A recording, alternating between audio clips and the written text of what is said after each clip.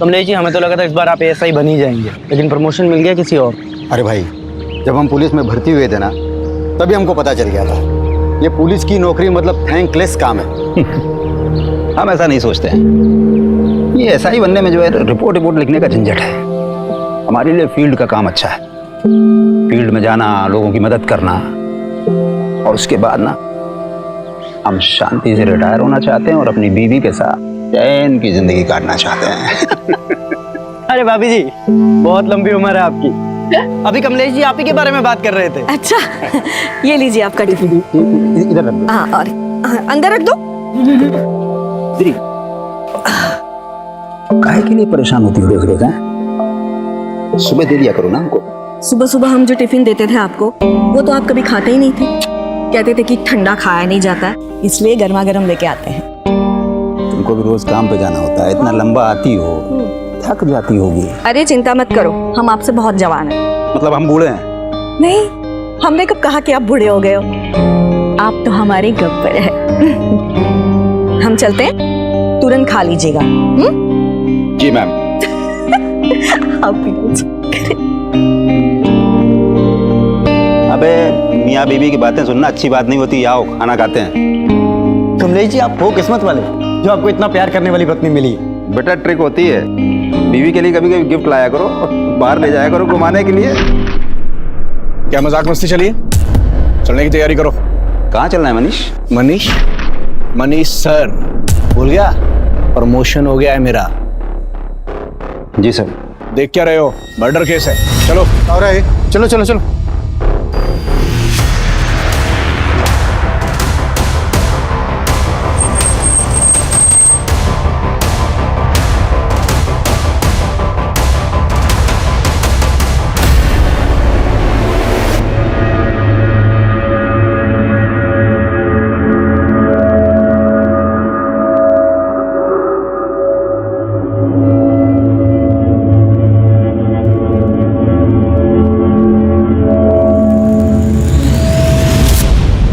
Sir, लड़की पर पत्थर से वार करके मारा गया है। वो तो देख के पता ही चल रहा है। और तुम यहाँ क्या कर रहे हो? इधर उधर देखो, कुछ मिलता है तो जाओ।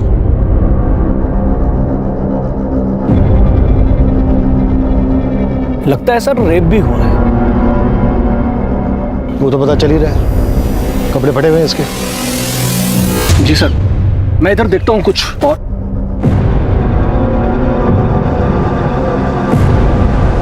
जानवरों की तरह नोचा है लड़के।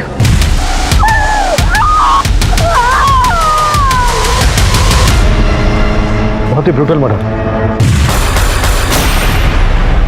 लड़की गहरी रंजिश रही होगी लड़की के साथ।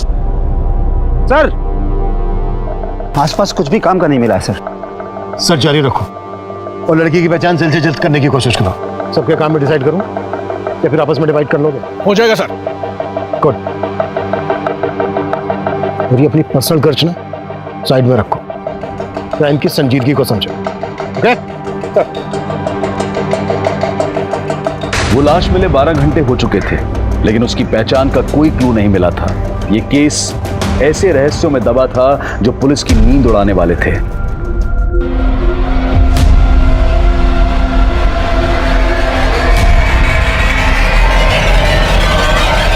Rarest of the rare rape case है सर। इसका न सिर्फ रेप किया गया है बल्कि ब्रूटली टॉर्चर भी किया गया इसको। इसकी लेफ्ट हैंड की ये चारों उंगलियां फ्रैक्चर्ड, गले पर बाइट मार्क्स हैं दोनों तरफ, और वैसे ही बाइट मार्क्स उसके चेस्ट पर भी हैं। शरीर को बुरी तरह से नोचा खरोचा गया है और फिर पत्थर मारकर इसको जान से मार दिया। गैंग रेप है डॉक्टर? नहीं सर, इसके शरीर से सिर्फ एक ही आदमी का डीएनए मिला है। जिस तरह से इसको रेप करके मारा गया उससे तो यही लगता है कि किलर बहुत ही विकृत मानसिकता है।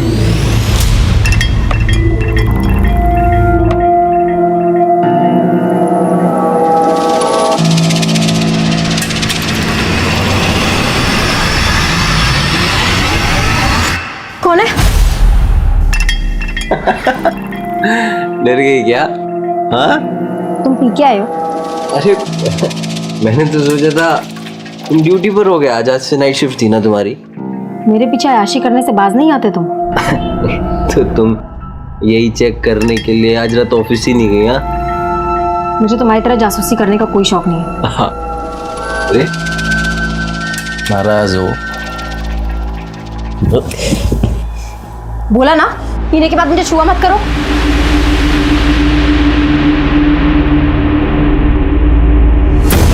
समझती क्या तू अपने आप को? हाँ, अगर इतने ही खलते हो तो शादी क्यों की मुझसे? इसीलिए तो पछता रही हूँ। सारी तो अब पछता पछता।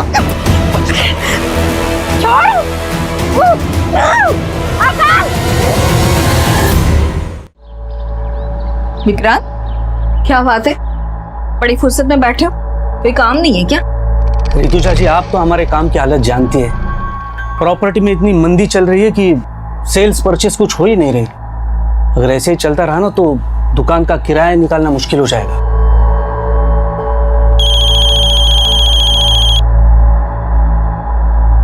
हेलो मैम, आप मेरी हेल्प करने के लिए जल्दी से आ जाइए। वो मुझे परेशान करने फिर से आ गया है। तुम रो मत, मैं आ रही हूँ।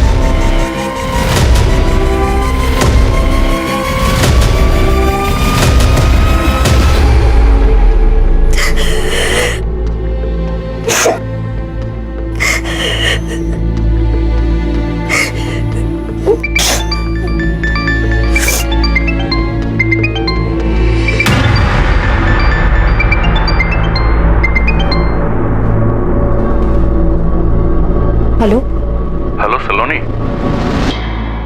बोल क्यों नहीं रही हो? पैसों का इंतजाम नहीं हुआ क्या?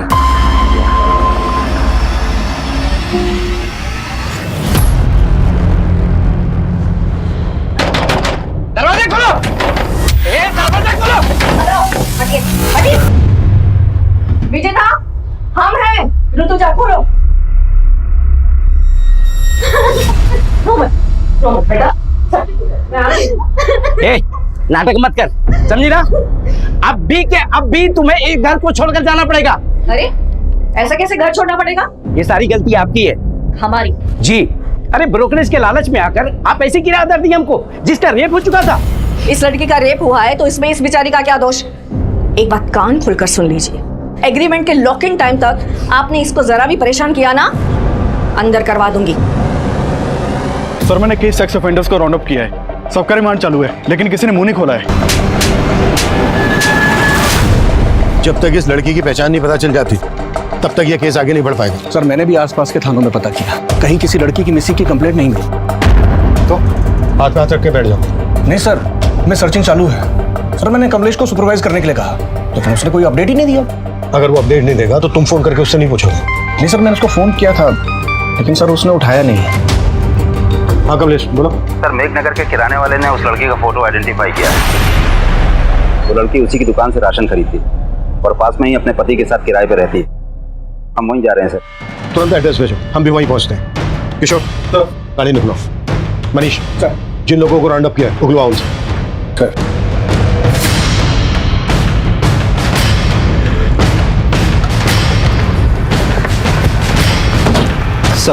सर, लड़की का नाम आरती है। अपने पति के साथ किराए पर रहती थी यहीं पर। मकान मालिक बगल में ही रहते हैं।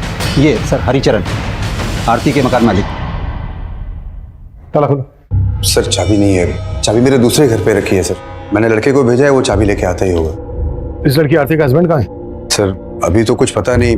कई दिनों से यहाँ ताला लगा हुआ था। सर, साहब आए थे तो मैंने विनोद को फोन भी किया था, लेकिन उसका फोन तो बंद आ रहा है। विनोद, ये आरती के हस्बैंड का नाम है? हाँ जी सर। कब से रहते थे ये दोनों यहाँ किराए पर? ये तकरीबन 7 महीने हो गए। ये है हमारा सिटिंग एरिया और ये है हमारा घर। पसंद आया तुम्हें?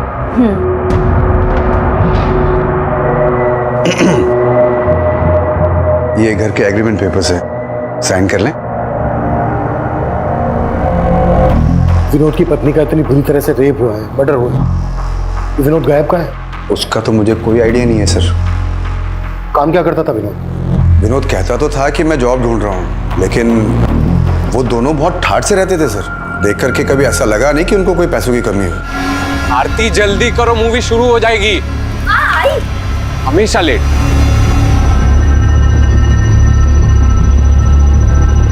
हमेशा कैब से आना जाना, कोई ना कोई फूड डिलीवरी वाला हमेशा गेट पे खड़ा दिखता था। लेकिन सर चौथे पांचवें महीने फिर उन्होंने मेरा किराया नहीं दिया, तो मैंने साफ साफ बोल दिया मेरा मकान खाली कर दो भाई।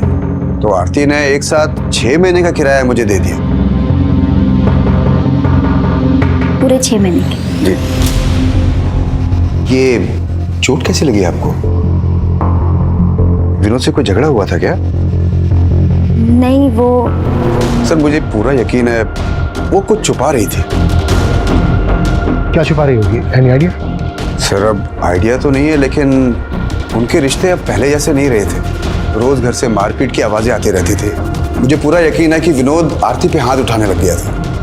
ये कहाँ के रहने वाले थे दोनों? सर वो एग्रीमेंट जो है मेरे पास, उसमें पूरा डिटेल एड्रेस मिल जाएगा सर उनका। एग्रीमेंट से सारी डिटेल्स ले लो, एड्रेस, दोनों के फोन नंबर। सर चाबी।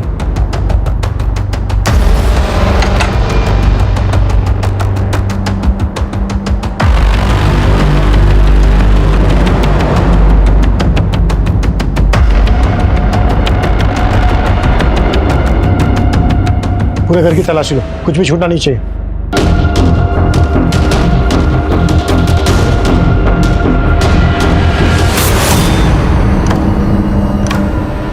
सर सर, कहीं ऐसा तो नहीं कि आरती के पति ने उसका यहाँ पर मर्डर किया हो और फिर लाश जंगल में ले जाके डंप कर दी हो? लेकिन लड़की के साथ इतना ब्रूटल रेप हुआ, वो यहीं हुआ होगा। किशोर, ये ब्लड सैंपल फोरेंसिक को भिजवा, पता करो कि ये ब्लड आरती का ही है। गुड जॉब कमलेश, तुमने काफी जल्दी लड़की की पहचान पता कर ली। सर ये एग्रीमेंट आरती के पति विनोद के नेटिव एड्रेस का। हो सकता है विनोद यहीं जाकर छुपा हो, चल के पता करते हैं। किशोर, तुम आरती और विनोद के बारे में पता करो। क्या वाकई में उनका रिश्ता इस हद तक पहुंच गया था कि विनोद ने अपनी पत्नी के साथ इतनी बुरी तरह से रेप किया, मर्डर किया, या फिर कहानी कुछ और है?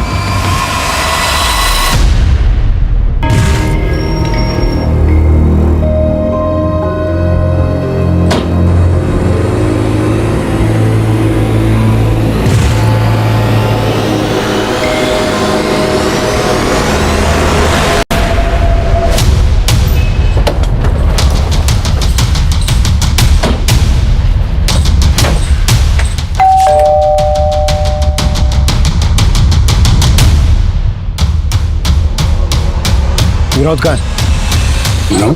हाँ विनोद, क्या लगता है तुम्हारा? वो मेरा बेटा है साहब, पर अब वो यहाँ नहीं रहता। लेकिन आप लोग यहाँ किस लिए आए? तुम तो ऐसे पूछ रहे हो जैसे तुम्हें कुछ मालूम नहीं है। मेघनगर में विनोद की पत्नी आरती की लाश मिली है हमें, बुरी तरह से रेप हुआ है, उसका मर्डर हुआ है और विनोद गायब है। कहाँ छिपा है वो? साहब हमको इस बारे में कुछ नहीं मालूम, और हम तो वैसे भी 7 महीने से विनोद से नहीं मिले। असल में विनोद और आरती भाग कर शादी किए थे और तुम इस शादी के खिलाफ थे। कहीं ऐसा तो नहीं है किसी बात का बदला लिया आरती से? नहीं साहब, मैं बता चुका हूँ आपको कि हम नहीं जानते कि आरती और विनोद कहाँ रहते थे। आरती के घर वाले कहाँ रहते हैं? क्या हमारी बेटी के साथ? किसने किया ये सब हमारी बेटी के साथ? उस विनोद के अलावा कौन होगा पापा? शक तो हमें भी विनोद पर ही है। आप लोगों को सच में नहीं मालूम था कि वो दोनों कहाँ रह रहे थे? क्या फिर आप लोग हमसे कुछ छुपा रहे हैं? हम आपसे क्या छुपाएंगे साहब? हम तो खुद पिछले 7 महीनों से बेटे का शक्ल देखने को तरस गए थे। उसने आरती को इतना बर्ग लाया था कि हमारी बेटी यहाँ से अपनी माँ के सारे गहने, रुपए, पैसे लेके उसके साथ भाग गई थी साहब। अब जब हमारी बेटी से उसका मन भर गया होगा तो उसने उसका ये हाल किया। हमें उस पर पहले से शक था साहब, वो सही आदमी नहीं था, लेकिन आरती नहीं मानी। वो हम सबको छोड़ के चली गई साहब। सर, आरती और विनोद, हम दोनों के घर वालों का भरोसा नहीं कर सकते। ऑनर किलिंग का भी एंगल हो सकता है। जितनी बुरी तरह से आरती का रेप हुआ है,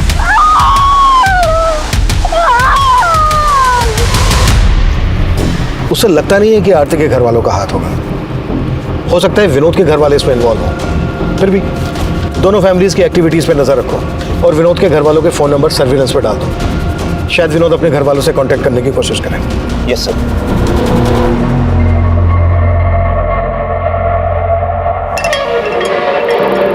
आकाश, ये तुमने ठीक नहीं किया। मुझसे बिना पूछे मेरी 7 लाख की एफडी तोड़वा दी। अकाउंट हम दोनों के नाम से था, उसमें मेरे भी पैसे थे। तुम्हारे सिर्फ 1.5 लाख रुपए थे। मुझे मेरे पैसे वापस चाहिए। वो पैसे मैंने इन्वेस्ट कर दिए। क्या? मुझसे बिना पूछे मेरे पैसे इन्वेस्ट कर दिए? तो तुम मुझसे सब कुछ पूछकर करती हो क्या? मुझे तुमसे बहस करने की जरूरत नहीं है। मुझे मेरे पैसे वापस चाहिए तुरंत। मैंने बोला ना तुमसे, वो पैसे मैंने इन्वेस्ट कर दिए हैं। कहाँ इन्वेस्ट कर दिए पैसे?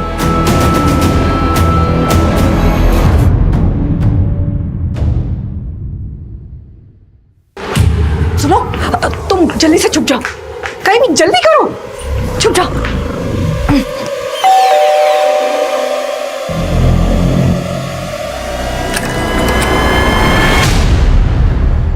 ऋतुजा, मुझे दोबारा से जाना है, जल्दी से कुछ खाने को दे दो।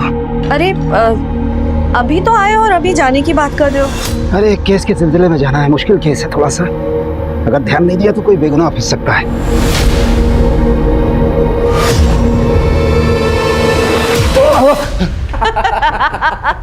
देखा मम्मी, पुलिस वाले भी डरते हैं। आप डर गए ना पापा? लेकिन अचानक हॉस्टल से तू यहाँ पर कैसे आ गया? अरे पूरे 3 महीने बाद आया है और ये मंडे फिर से चला जाएगा। हाँ वो सब तो ठीक है, लेकिन तेरी पढ़ाई ठीक चल रही है ना? पापा आप तो पढ़ाई की बात मत करो ना, हम आप ही का वेट कर रहे थे। बहुत जोरों की भूख लगी है, मम्मी खाना खिलाओ ना। चलो चलो, मुझे भी जाना है।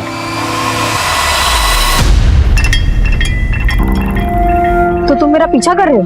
सलोनी, तो मेरी बात सुनो सलोनी, मैंने कुछ ज्यादा ही गुस्से में बात करी।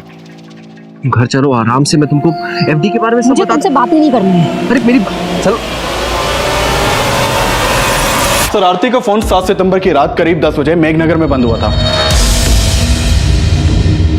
और वहीं हमें आरती की लाश मिली थी। पोस्टमार्टम रिपोर्ट के मुताबिक कोई 10 बजे के आसपास आरती का मर्डर हुआ था। उस वक्त विनोद का फोन का एक्टिव था? सर, विनोद का फोन उस वक्त उसके घर वाले एरिया में एक्टिव था। विनोद का फोन 8 सितंबर की रात को बंद हुआ था। 8 सितंबर की रात को, यानी आरती के मर्डर के लगभग 24 घंटे बाद तक विनोद का फोन एक्टिव था। हाँ सर, मैंने आरती और विनोद दोनों के कॉल रिकॉर्ड्स चेक किए, उसमें एक कॉमन नंबर मिला है। किसका नंबर है? सर, वो इस सिकंदर नाम के आदमी का नंबर है। आरती और विनोद दोनों की इससे बातचीत होती थी। सर, सिकंदर ने ही आरती को आखिरी बार कॉल किया था और हत्या वाली रात क्राइम सीन पे इसका नंबर भी एक्टिव था।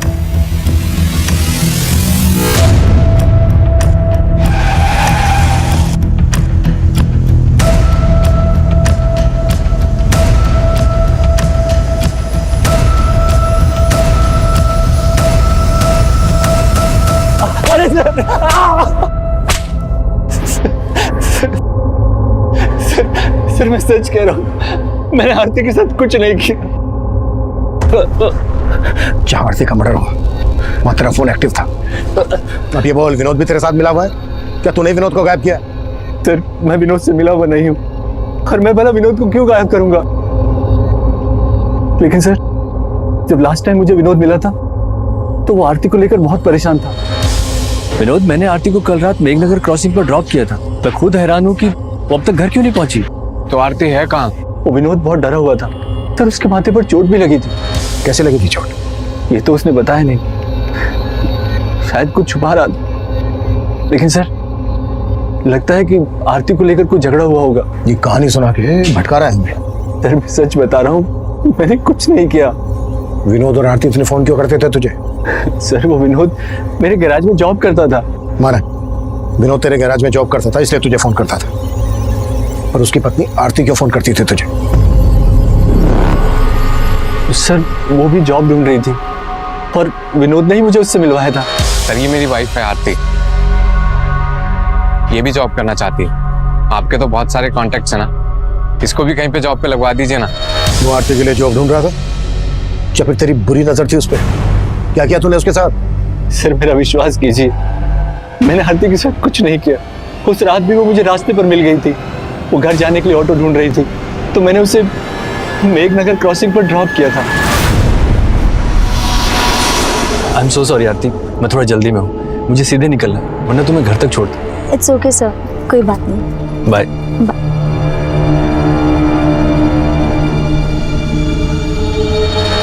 उसके बाद क्या हुआ मुझे कुछ नहीं पता सर। ये कहानी बनाना बंद कर, 5 मिनट के बाद सब हो गया।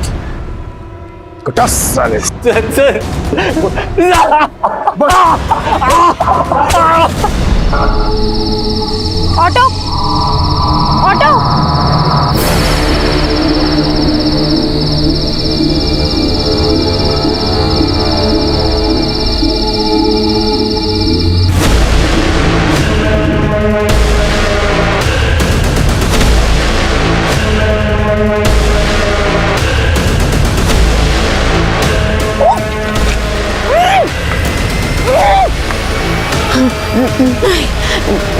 नहीं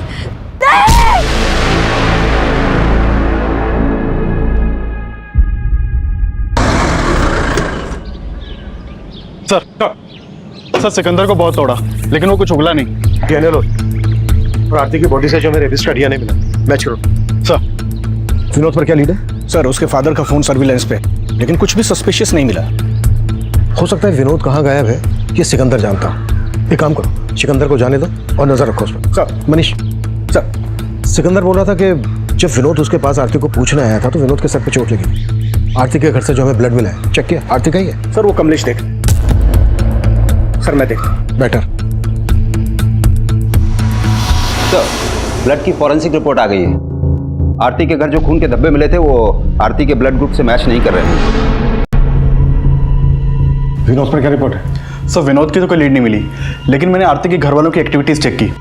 जिस दिन आरती की हत्या हुई थी उस दिन आरती के फादर और उसका भाई, इन दोनों का फोन आरती के घर वाले एरिया में एक्टिव था। यानी कि उस दिन मेघनगर आए थे और इन्होंने हमसे झूठ बोला कि इनको मालूम नहीं था आरती और विनोद कहाँ रहते। एक टीम भेजो दोनों को उठाने के लिए। सर कंट्रोल रूम से फोन आया था, जैविकपुरा में एक और लड़की की लाश मिली है।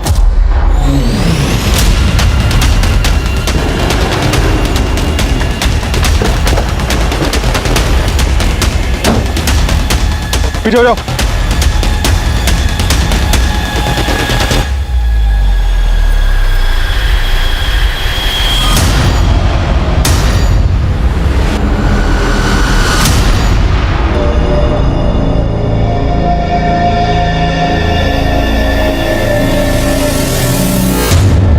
अरे सर इस लड़की की तो मिसिंग कंप्लेंट है।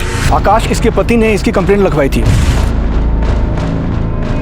और इसका नाम सलोनी है। ये देखिए।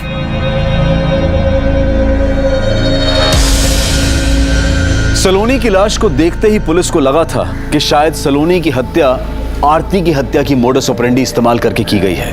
आरती की तरह सलोनी के साथ भी दुष्कर्म किया गया था और फिर उसे पत्थर से कुचलकर मार दिया गया था।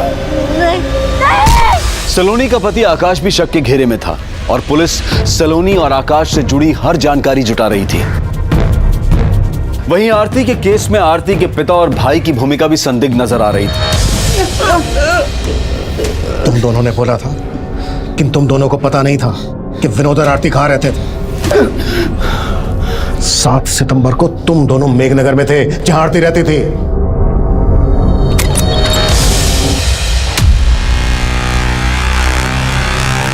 अंदर देखो। आरती, आरती। पापा अंदर भी नहीं है आरती। कहाँ है आरती? आरती नहीं है यहाँ पापा। पापा इससे जारी जोड़ेगा? मार के खत्म कर देंगे। मार देंगे। मार।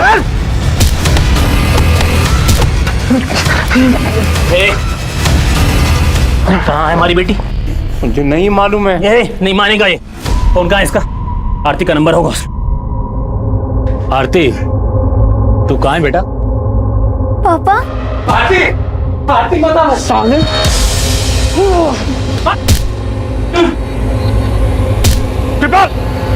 रुक जा बेटा। उसको चोट बहुत लग गई थी, हम लोग घबरा गए थे और हम दोनों वहां से चले गए थे साहब। ऐसे नहीं उगलेंगे दोनों। कटस! इन पैसे भरोसा नहीं कर सकते। इनका भी डीएनए लो और एपिस के डीएनए से मैच करवाओ। हाँ मनीष बोलो। सर ये सलोनी और आकाश की आपस में बनती नहीं थी। पड़ोसियों ने कहा कि वो आपस में काफी झगड़ा करते थे और उसी की एक कुलीग ने कहा कि वो तो अपने पति से डाइवोर्स लेने तक की बातें कर रही थी। सर ये क्या बोल रहे हैं आप? सर झगड़े किन मियां बीवी के बीच में नहीं होते। ड्रामा बंद करिए। सब पता है हमें। सलोनी की हत्या से 3 दिन पहले तूने तेरी और सलोनी की 7 लाख की एफडी तोड़वाई थी और क्या क्या किया तूने, अब ये तू हमें बता। सर मैं सच कह रहा हूँ, मैंने कुछ नहीं किया। जरूर इस सब में उसके चाचा का हाथ है।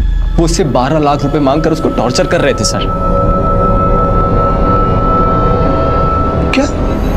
जी सर, सलोनी के पेरेंट्स की डेथ के बाद सलोनी के चाचा ने उसके घर पर कब्जा कर लिया था और उसे 12 लाख की मांग कर रहे थे कि अगर वो 12 लाख रुपए दे दे तो वो घर छोड़ देंगे। और सलोनी पैसा देने के लिए तैयार भी हो गई थी, इसलिए मैंने वो एफडी तोड़वाई थी सर। मुझे तुमसे बहस करने की जरूरत नहीं है, मुझे मेरे पैसे वापस चाहिए तुरंत। मैंने बोला ना तुमसे, वो पैसे मैंने इन्वेस्ट कर दिए हैं। देखो आकाश, प्लीज मुझे मेरे पैसे वापस कर दो। मुझे चाचा को 12 लाख रुपए का इंतजाम करके देना है। वो तुम्हारा अपना घर है, अपने घर के लिए तुम 12 लाख क्यों दोगी?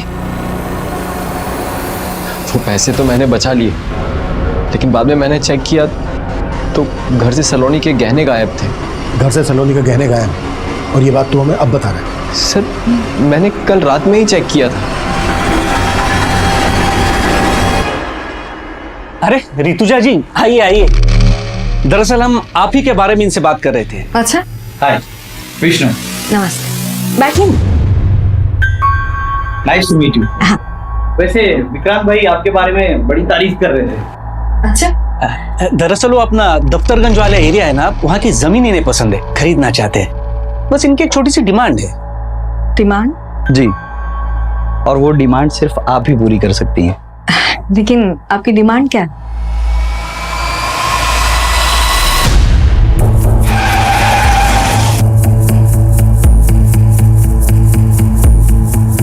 सर ये सलोनी का पति ना बकवास बातें कर रहा है। लेकिन ये घर तो सलोनी के पिता के नाम पे था ना, तो उनके मरने के बाद लीगली ये घर सलोनी का होगा। आप यहाँ क्या कर रहे हैं? मैं यहाँ क्या कर रहा हूँ? अरे हम यहाँ पे रह रहे हैं, इसका मतलब ये नहीं है कि हमने कब्जा कर लिया है। लेकिन सलोनी के ना रहने से कब्जा तो आप ही का होगा ना? सर आपके कहने का मतलब क्या है कि हमने सलोनी का हत्या करवा दिया? ऐसा हो भी सकता है। वैसे सलोनी से 12 लाख किस बात के मांग रहे थे आप? सर सलोनी के पिता की तबीयत हमेशा खराब रहती थी और उनकी बीमारी का सारा खर्च हमने उठाया था, और इसीलिए मैं सलोनी को बार बार फोन करके ये बताया करता था कि मेरे 12 लाख मुझे लौटा दो और ये घर का कब्जा ले लो, और वो तैयार भी थी मुझे पैसे देने के लिए। लेकिन उसका पति ना, मैं जानता हूं, वही उलूल जुलूल की बातें आप लोगों के कान में फूंक रहा है। उसका हिसाब हम कर लेंगे। आपको हमारे साथ चलना होगा, आपका भी डीएनए होना है। मेरा? सर सलोनी का पोस्टमार्टम रिपोर्ट मैंने बहुत ही क्लोजली एग्जामिन किया है, और आरती और सलोनी के दोनों की हत्या में एक ही जैसी सिमिलैरिटीज हैं। जैसे? जैसे सर पे पत्थर मार करके इनकी हत्या की गई, उसके अलावा लेफ्ट हैंड की चारों उंगलियां फ्रैक्चर्ड है और एक ही तरह से इनके जिस्म को नोचा गया है। और फिर ये गर्दन पर बाइट मार्क्स। डॉक्टर, सलोनी की बॉडी पे जो रेपिस्ट का डीएनए मिला है, वो डीएनए आरती की बॉडी पे मिले डीएनए से मैच करता है क्या? सर वो तो डीएनए रिपोर्ट आने के बाद ही क्लियर हो पाएगी। और मेरा मानना है सर कि दोनों का रेपिस्ट और कातिल एक ही आदमी है। वो इसलिए क्योंकि अगर आप गौर से देखें तो इन दोनों के गर्दन पे जो ये बाइट मार्क्स हैं बिल्कुल एक जैसे हैं। इसका मतलब आरती के रेप और मर्डर के लिए हम जिन लोगों पर शक कर रहे हैं वही सलोनी के रेप और मर्डर के सस्पेक्ट है। कमलेश सर, चेक करो, ये आरती और सलोनी एक दूसरे को जानती थी क्या? इन दोनों में कुछ कॉमन कनेक्शन है क्या? काफी कोशिशों के बावजूद पुलिस को सलोनी और आरती के बीच में कोई कॉमन कनेक्शन नहीं मिल रहा था, लेकिन ये साफ लग रहा था कि इन दोनों लड़कियों के साथ दुष्कर्म करने वाला और उनकी हत्या करने वाला आदमी एक ही था। देखते ही देखते इन दोनों केसेस ने पूरे क्षेत्र में हड़कंप मचा दिया। विमेन सेफ्टी को लेकर पुलिस पर सवाल उठने लगे, और इसी दौरान कुछ ऐसा हुआ जिसने पुलिस को फिर से हैरान कर दिया। कमलेश, कहां था तू? ये टाइम है आने का? रो क्यों रहा है? मनीष, क्या हुआ? ऋतुजा का कुछ पता नहीं चल रहा है यार। हमारी पत्नी कल रात से गए कैसे? कमलेश, कुछ मालूम नहीं चल रहा है सर। रोज की तरह रात को घर पहुंचा तो ऋतुजा घर पर नहीं थी सर। नॉर्मली 6-7 बजे तक घर पहुंच जाती है। इधर हमने इंतजार किया लेकिन वो आई नहीं। फिर हमने उसके पार्टनर विक्रांत को फोन लगाया सर। विक्रांत, ऋतुजा अभी तक घर नहीं पहुंची है, तुमसे कुछ बोल के गई है क्या? वो तो शाम को 5:30-6 बजे के आसपास ही दुकान से निकल गई है। सर रात भर ढूंढते रहे लेकिन कुछ। कमलेश, ये बात तुमने हमें रात ही क्यों नहीं बताई? सर हमें लग रहा था कि मिल जाएगी, लेकिन अब कुछ समझ में नहीं आ रहा है सर। कमलेश, हिम्मत रखो, हम ढूंढ लेंगे तुम्हारी पत्नी ऋतुजा को। सर,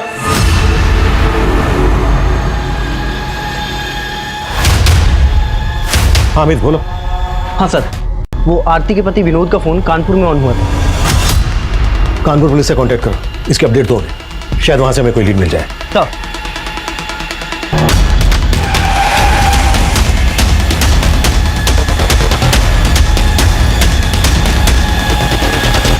ऋतुजा जी को लेकर मैं खुद परेशान हूं सर। मुझे समझ में नहीं आ रहा कि वो कल रात घर क्यों नहीं गई। कल ऋतुजा जी कितने बजे निकली थी यहाँ से? करीब 5:30 बजे। विक्रांत, वो राजीव नगर वाला घर अगले महीने खाली हो रहा है, तो उसके लिए किराएदार ढूंढना है। हम चलते हैं, बाकी की बात सुबह करेंगे। और उन्होंने आपको बताया था कि वो कहाँ जा रही हैं? नहीं सर, बताया तो नहीं था, लेकिन मुझे तो लगा कि वो घर ही गई होंगी। आपको किसी पे शक है? शक तो नहीं है सर, लेकिन हाँ, एक बात थी जो मैं कमलेश जी को फोन पे बताना भूल गया। कैसी बात? सर, कल एक विष्णु नाम का आदमी आया था। हमारा दफ्तरगंज वाला एरिया है, वहां की जमीन खरीदनी थी उसे, लेकिन उसकी एक डिमांड थी जो ऋतुजा जी को पसंद नहीं आई। आपकी डिमांड क्या है? एक्चुअली ऋतुजा जी, वो जो जमीन है उसके एकदम पास एक छोटी सी जमीन का टुकड़ा है जहाँ पे कुछ झुग्गी झोपड़ियाँ भी है। मैं चाहता हूँ कि वो जमीन का टुकड़ा हमें मिले। वो जमीन उन आदिवासियों की है, आपको कैसे मिल सकती है? तो उनको कुछ पैसे दे देंगे ना, इसमें कौन सी बड़ी बात है। देखिए, हमें वो जमीन का टुकड़ा चाहिए और हम जानते हैं कि वो काम सिर्फ आप करवा सकती हैं। वैसे भी आपके पति तो। उठ जाइए, उठ जाइए और निकलिए यहाँ से। आप बदतमीजी कर रही हैं। तो क्या हाथ उठा के बात करें? ऋतुजा जी ने जिस तरह उसे भगा दिया, हो सकता है उसी ने उसका बदला लिया हो। कौन था ये आदमी? इसका कुछ नाम एड्रेस मालूम है आपको? हाँ सर, बताएं। सर, कमलेश जी की बीवी ऋतुजा का फोन कल रात हरिनगर एरिया में बंद हुआ था। कमलेश से पूछो कि हरिनगर में उसकी जान पहचान वाला कोई रहता है क्या? सर, हमने कमलेश जी से बात की है, उनका कहना है कि वहाँ उनका ऐसा कोई भी नहीं रहता जहाँ ऋतुजा जा सके। तो पूरे हरिनगर में अच्छे से पूछताछ करो। सर, एक तरफ हेड कांस्टेबल कमलेश की पत्नी ऋतुजा की तलाश की जा रही थी, तो विनोद को भी एक प्राइम सस्पेक्ट मानकर ढूंढा जा रहा था। दोनों क्राइम सीन्स के एरिया के आसपास मौजूद कई सीसीटीवी फुटेजेस को लगातार खंगाला जा रहा था। वहीं ऋतुजा के पार्टनर विक्रांत के बयान के आधार पर अब विष्णु बिष्ट को भी तलब किया गया। सर, ऋतुजा जी ने जब मना किया तो मैंने बात वहीं खत्म कर दी।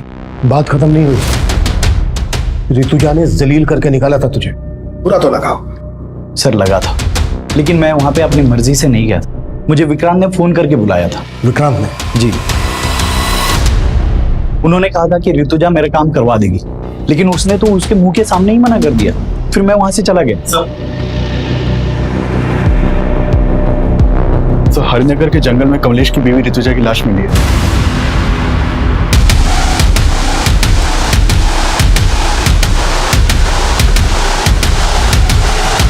पीछे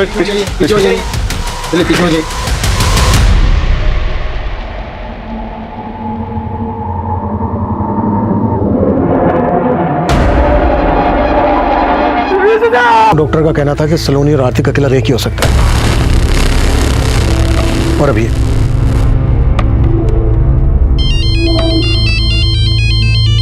सर, हेलो, ठीक है सर, विनोद कानपुर में पकड़ा गया है।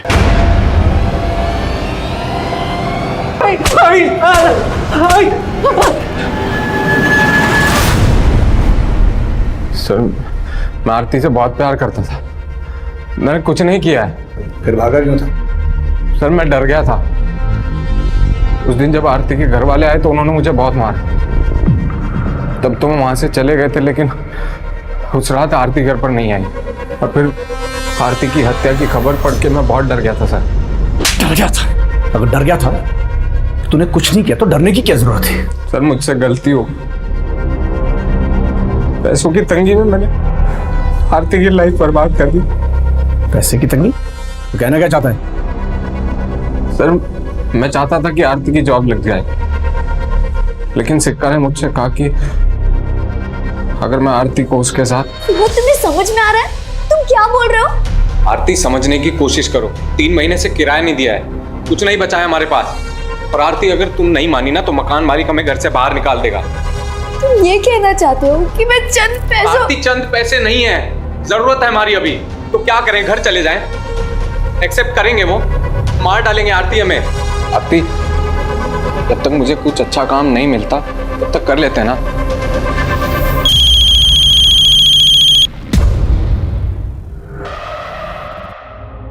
हेलो आरती, तू कहाँ है बेटा?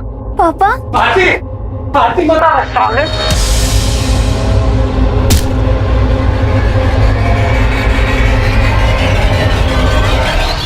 तो जब मुझे पता चला कि आरती के साथ इतना सब कुछ हुआ है तो मेरा शक सीधा सिकंदर पर ही गया। लेकिन अगर मैं आपको उसके बारे में बताता, मुझे ये भी बताना पड़ता कि आरती को वहां पर क्यों भेजता था।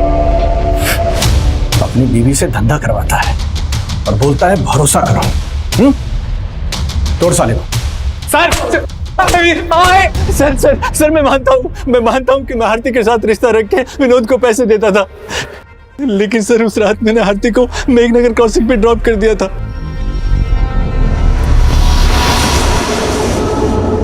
उसके बाद आरती के साथ क्या हुआ मुझे सच में कुछ नहीं मालूम सर।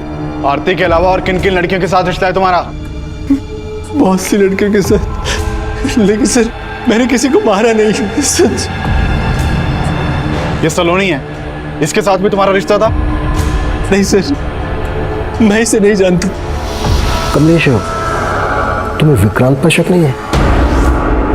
नहीं सर, ऋतुजा ने कभी विक्रांत के बारे में ऐसा कुछ बताया नहीं। विष्णु ने हमें बताया कि उसने विक्रांत के कहने पर ही दफ्तरगंज की ट्रैवल एरिया वाली जमीन खाली करवा के खरीदने की डिमांड रखी थी। हो सकता है ऋतुजा का मना करना विक्रांत को बुरा लगा हो और विक्रांत ने ही ऋतुजा का रेप और मर्डर किया हो, बाकी दोनों मर्डर्स का एमओ इस्तेमाल कर। हमारी तो कुछ समझ में नहीं आ रहा है सर।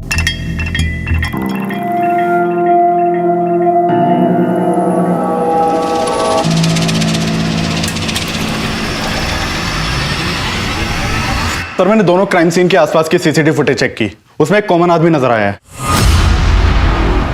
ये देखिए सर, ये आदमी मेघनगर में आरती के पीछे जाता हुआ दिख रहा है और जैविकपुरम में सलोनी के पीछे। है कौन ये आदमी?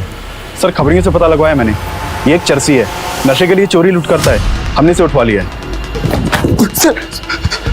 सर मैंने किसी को नहीं मारा सर। सर मामूली सा चोर हूँ सर, रेप नहीं किया सर मैंने। सर मैंने कुछ नहीं किया सर। कुत्ता। सर नहीं। सर वो चरसी भी कुछ नहीं हुआ है। उसका वीडियो ले लो और ऋतुजा के मर्डर के दौरान कमलेश की एक एक एक्टिविटीज चेक करो। सर। किशोर, तीनों विक्टिम्स का कातिल अभी तक पकड़ा नहीं गया है। वो जल्द से जल्द हमारी गिरफ्त में होना चाहिए, इससे पहले कि वो किसी और को अपना शिकार बनाए।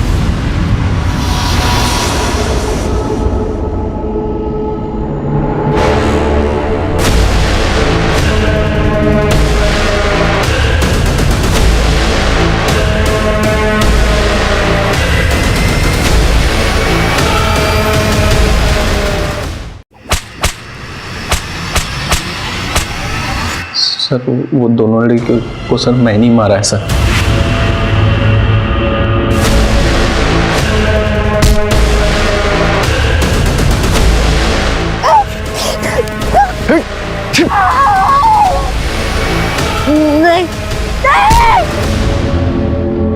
लेकिन तीसरा मर्डर मैंने नहीं किया सर। सर नशा करने के बाद मुझे पता नहीं चलता है सर मैं क्या कर रहा हूँ क्या नहीं कर रहा। कुत्ता साले। नहीं सर,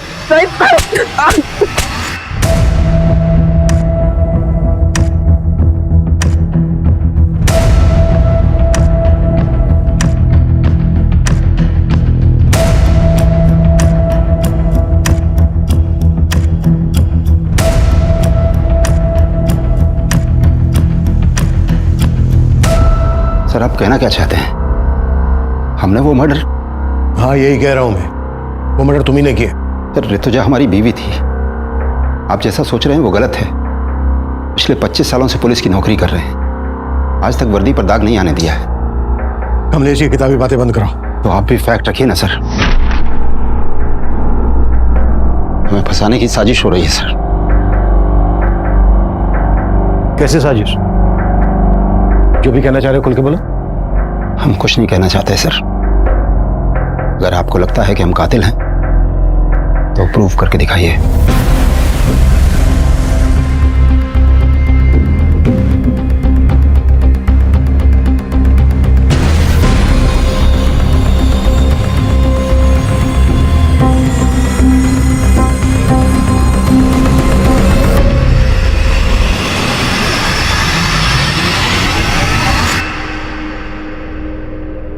हेलो डॉक्टर, ऋतुजा की पोस्टमार्टम रिपोर्ट का क्या स्टेटस है? Are you sure doctor?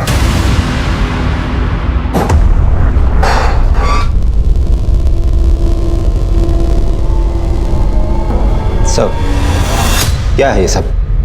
इतने सालों काम करने की तुम प्रूव करने की बात कर रहे थे ना, अब हम प्रूफ के साथ आए हैं। कहना क्या चाहते हैं आप? वो ये कि तुम्हारी पत्नी ऋतुजा की बॉडी पे जो खरोंच के निशान मिले हैं वो आरती और सलोनी की बॉडी पे मिले खरोंच के निशान के जैसे तो हैं, लेकिन एक ही आदमी ने नहीं बनाए।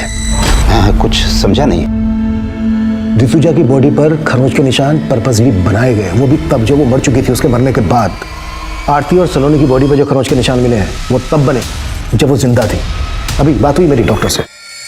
डॉक्टर का कहना है कि ऋतुजा के गले पे जो बाइट मार्क है वो आरती और सलोनी के गले पे मिले बाइट मार्क से बिल्कुल अलग है, मतलब अलग आदमी का है।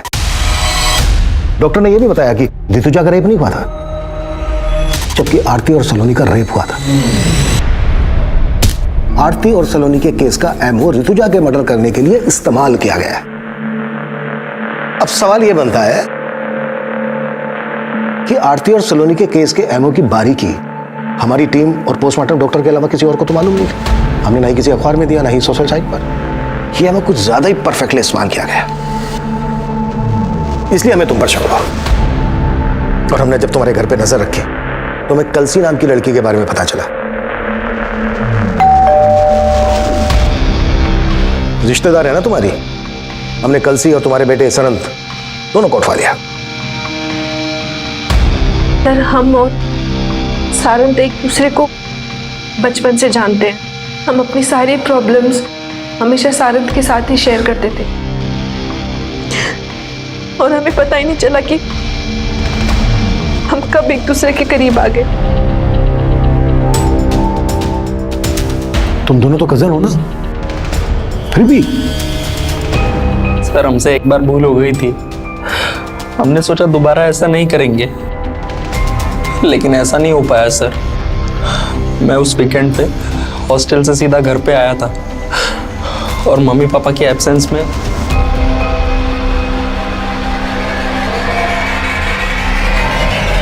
सारंग, बेशरम, ये क्या कर रहा है तू? और तू शर्म नहीं आई तुझे? हाँ, कजिन हो तुम उसकी, बड़ी बहन हो, शर्म नहीं आई? चाची माफ कर दो गलती। अरे क्या माफ कर दो? क्या माफ कर दो तुझे? और तू ना, तेरे को तो क्या करूं मैं? तेरी वजह से सब हुआ है। तू निकल। क्या किया?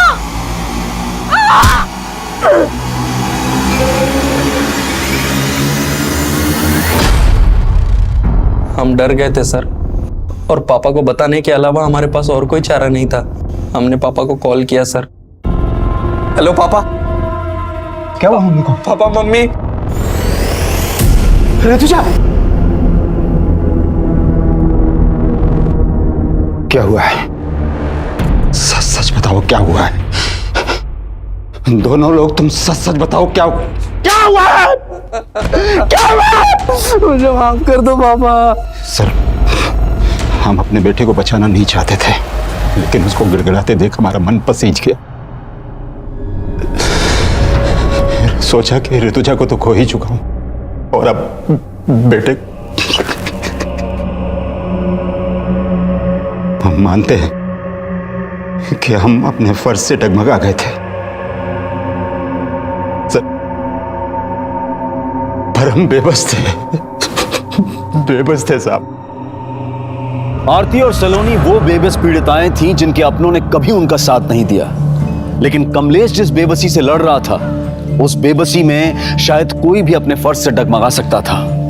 लेकिन ऐसी स्थिति में जब सही और गलत का तराजू हमें ऐसे असमंजस में डाल रहा हो, तो हमारे फैसले का पलड़ा सच और सही की तरफ झुकना चाहिए। क्योंकि झूठ और गलत को जितना भी छिपाने की कोशिश की जाए, वो एक ना एक दिन सामने आ ही जाएगा। अब मैं अनूप सोनी आपसे विदा लेता हूं। फिर मुलाकात होगी क्राइम पेट्रोल सतर्क के ब्लैक हेडलाइंस अध्याय में एक और नए केस के साथ। और याद रखें, क्राइम और आपके बीच में सिर्फ इतना फर्क है कि आप कितने सतर्क हैं। सतर्क रहें, सुरक्षित रहें। जय हिंद।